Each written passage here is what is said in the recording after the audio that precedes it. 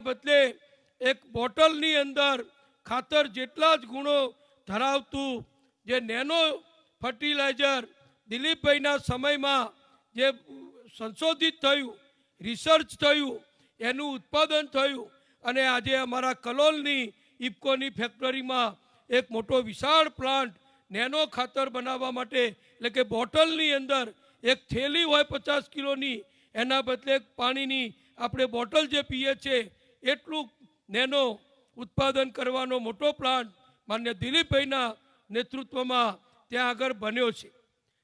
Chairman તો ઘણા બનતા હોય અને નેતા પણ ઘણા હોય, પણ જેનામાં દીર્ઘદ્રષ્ટિ હોય, જે અનુભવી હોય અને જે વિશાળ દ્રષ્ટિથી કામ કરતા હોય એનો મારા દિલીપભાઈમાં તમને દાખલો આપવો છે। આજે ભારતની અંદર ઇફકોની જે ફેક્ટરીઓ હતી એમાં 3 થી 4 નવી ફેક્ટરીઓ દિલીપભાઈ ચેરમેન બન્યા। આ ચેરમેન તો 5 વર્ષ માટે મોદી સાહેબના અને આપણા સહકારિતા મંત્રી માનનીય અમિતભાઈના અને માનનીય જેપી નડ્ડાજીના આશીર્વાદથી બન્યા છે, પણ એ પહેલાં પણ આ ત્રણેય નેતાઓના આશીર્વાદથી દિલીપભાઈ ઇફકોના ચેરમેન હતા। आ पहली वार चेरमेन नहीं बन्या, प्रथम चूंटणी नहीं थई, अगाऊ चेरमेन तरीके हता। अने आपणे बधा जाणीए छे के मोदी साहेबनी परीक्षामांथी पास थवुं ए बहु अघरू काम होय छे। तमे जे होद्दा उपर होव, जे स्थान उपर होव एमां सतत चालू रहेवुं ए कोई नानी सूनी वात नथी। अने गया 5 वर्ष चेरमेन तरीके, वाइस चेरमेन तरीके दिलीपभाईए त्यां जे काम कर्युं, जे रीते इफकोनो विस्तार वधार्यो, इफकोनुं टर्नओवर वधार्युं, 40,000 करोड़नी कंपनी आज इफको बनी चूकी है। ए भारतनी मोटामां मोटी नहीं, विश्वनी मोटामां मोटी खातरनी कंपनी है। अने कोई खेडूत, कोई पण खेडूत होय, कोई पण राज्यनो होय, सीमांत खेडूत होय के जमीनदार खेडूत होय, एनुं घर नहीं होय के इफकोनुं खातर एना त्यां ना पहोंच्युं होय। कोई घर एवं नहीं हो खेडूतनु कि जेने इफकोना खातरनो वपराश ना कर्यो होय। ए विश्वास दिलीपभाईए एमना वहीवट दरमियान जे वधार्यो, जे नेनो यूरियानी शोध करी अने नेनोना कारणे भारत सरकार ने मोटा प्रमाणमां विदेशी ऊंडियामण बचवा मांड्युं, एना कारणे एवा बधो जे पगलां लीधा दिलीपभाईए, नेनोनुं अने बीजा खातरनुं टर्नओवर वध्युं, उत्पादन वध्युं, इफकोनुं टर्नओवर वध्युं, इफकोनो नफो वध्यो। इफको आखा भारतनी मंडळीओनो बनेलो संघ छे, ए बधाने जे डिविडन्ड मळवा मांड्युं एना कारणे मोदी साहेबे, अमितभाईए अने जेपी नड्डाजीए फरीथी विश्वास व्यक्त करी दिलीपभाईने चेरमेन बनाव्या छे। ते आखा गुजरात माटे एक गौरवनी वात छे। એટલે દિલીપભાઈને ખૂબ ખૂબ અભિનંદન આપું છું।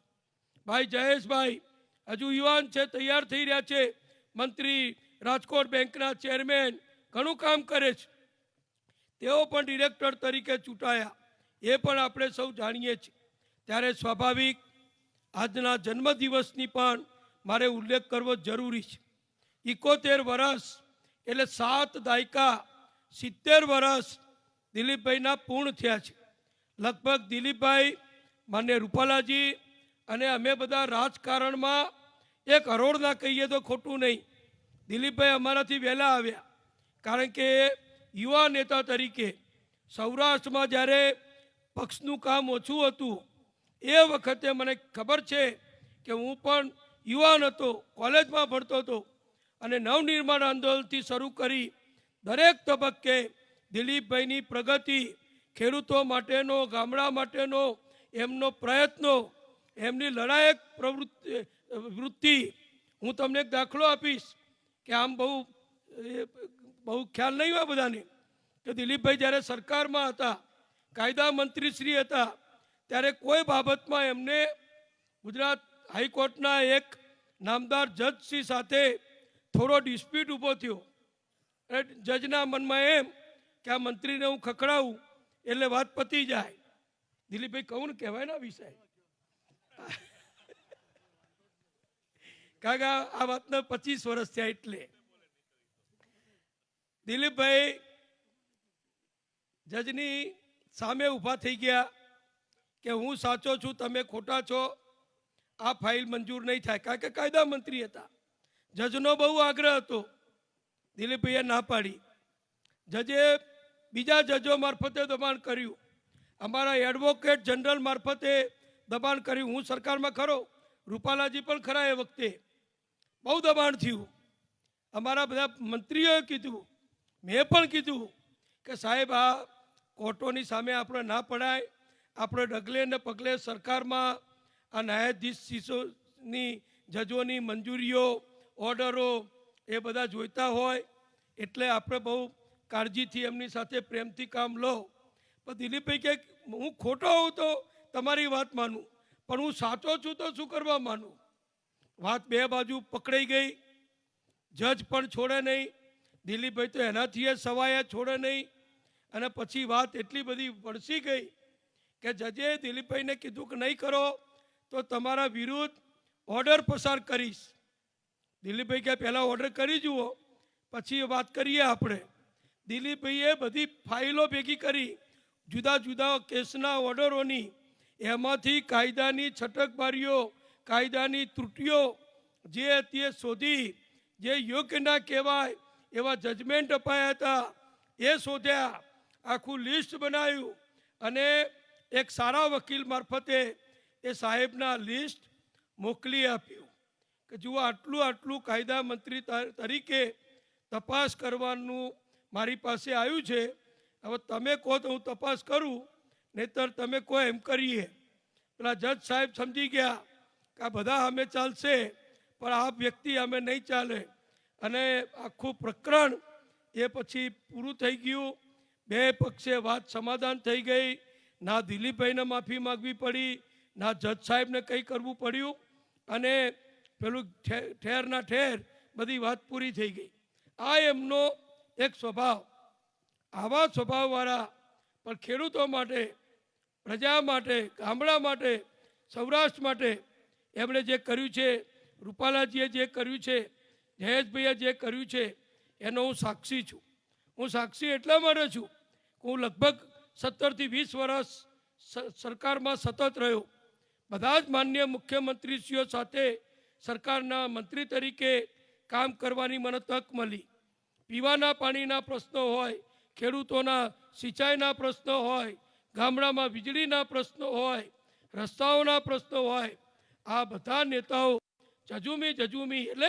જજુમીને એટલે ભારપૂર્વક, આગ્રહપૂર્વક કામ કરાવી અને આ સૌરાષ્ટ્રમાં આવ્યા. ત્યારે તમે જુઓ છો એક જમાનો હતો, હું શહેરી વિકાસ મંત્રી હતો, હું પાણી પુરવઠા મંત્રી હતો, હું સિંચાઈ મંત્રી હતો. મોદી સાહેબે 3 વિભાગ મને સોંપ્યા હતા. એક સમય અમરેલીનો એવો હતો કે મારા કરતાં તમે બધા વધારે જાણો છો કે 15 દિવસે એકવાર પાણી આવે તો તમે બધા સંતોષ માનતા હતા. અમારા ઉત્તર ગુજરાતમાં મહેસાણા જિલ્લામાં દિવસમાં 2 વખત પાણી મળે, અને 10-15 દિવસે એક અડધો કલાક પાણી મળે. એમાં રાજકોટ આવી ગયું, અમરેલી આવી ગયું, સુરેન્દ્રનગર આવી ગયું, જામનગર આવી ગયું, આખું સૌરાષ્ટ્ર આવી ગયું. એ સમયથી લડતા લડતા આવ્યા અને આપણા સદનસીબે મોદી સાહેબે જે નર્મદા યોજનાનું કામ પૂર્ણ કરાયું. આજે સૌની યોજના, હું આવ્યો, મેં મિત્રોને પૂછ્યું કે પાણી, મને ખબર હતી છતાં એમની પાસે બોલાવવા પૂછ્યું કે પાણીની શું સ્થિતિ છે. તો કે પીવાનું તો ખરું, પણ હવે સૌનીનું ખેતીમાંય પાણી મળતું થઈ ગયું. પેલો ઠેબી ડેમ મારા વખતે બન્યો, હજુ એમને એમ બધું ચાલે છે. પાણી આવી ગયું, બધાને સંતોષ થયો. અમરેલી શહેર કેટલું ડેવલપ થયું. આ મેડિકલ કોલેજ કેટલી ગુજરાત સરકારના સહયોગથી બની. તો આ બધું જે થયું એ અમે નથી કરતા, અમારા જે સ્થાનિક નેતાઓ હોય, પ્રતિનિધિઓ હોય, રૂપાલાજી જેવા ને દિલીપભાઈ ને જયેશભાઈ જેવા, એવા બધાના આગ્રહથી આ બધા કામ થયા છે. ત્યારે એક નાની ગમ્મતની વાત પણ છેવટે રૂપાલા સાહેબની રજા લઈને કરી લઉં કે હું અત્યારે આવ્યો અમરેલી, ત્યારે પહેલું ઈશ્વરીય આવે, તમે બધા જાણો છો. રૂપાલા સાહેબને ત્યાં મળવા જવાનું થયું. મેં રસ્તામાંથી ફોન કર્યો, સાહેબ કે હું ઘરે જ છું. હું એમના ઘેર ગયો. આગતા સ્વાગતા થઈ, વાતચીતો થઈ, અને સ્વાભાવિક છે કે ચૂંટણીનો સમય હતો, ચૂંટણીની થોડી વાત થાય. રાજકારણની વાત થાય, બધી વાત થાય, સમાજની એ વાત થાય, બધી વાત થાય. મેં રૂપાલાજીને અભિનંદન આપ્યા છે.